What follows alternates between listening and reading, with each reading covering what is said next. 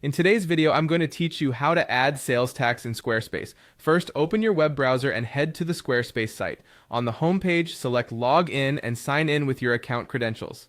Once you're in your dashboard, choose the website where you want to set up taxes, then click Go to Website to open that site's settings area.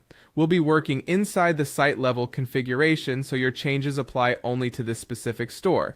Look for the settings icon, usually in the lower left of the editor or in your site panel. Click it to open the settings menu. From there, go to Selling. This is where you manage commerce features like payments, checkout, and taxes.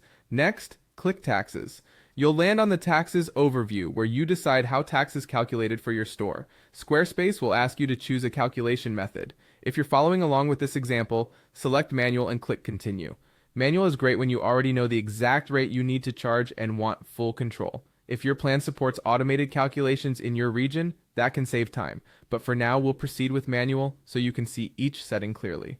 Click Add Rate to create your first tax rule. Start by selecting the country you'll collect tax in.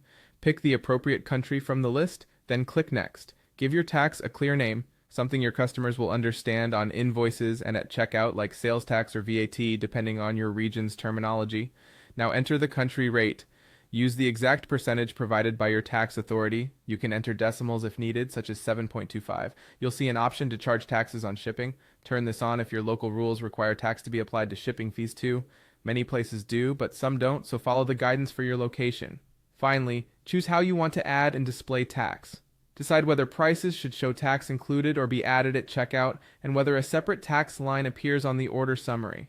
The right choice depends on your region's standards and what's most transparent for your customers. That's it. You've logged in, opened your site, navigated to settings, chosen selling, gone into taxes, selected a calculation method, and created a manual tax rate with a name, a percentage, and display preferences. Your store will now calculate tax according to this setup, keeping your checkout accurate and compliant. If you ever need to adjust the rate, revisit this same taxes section and update the details.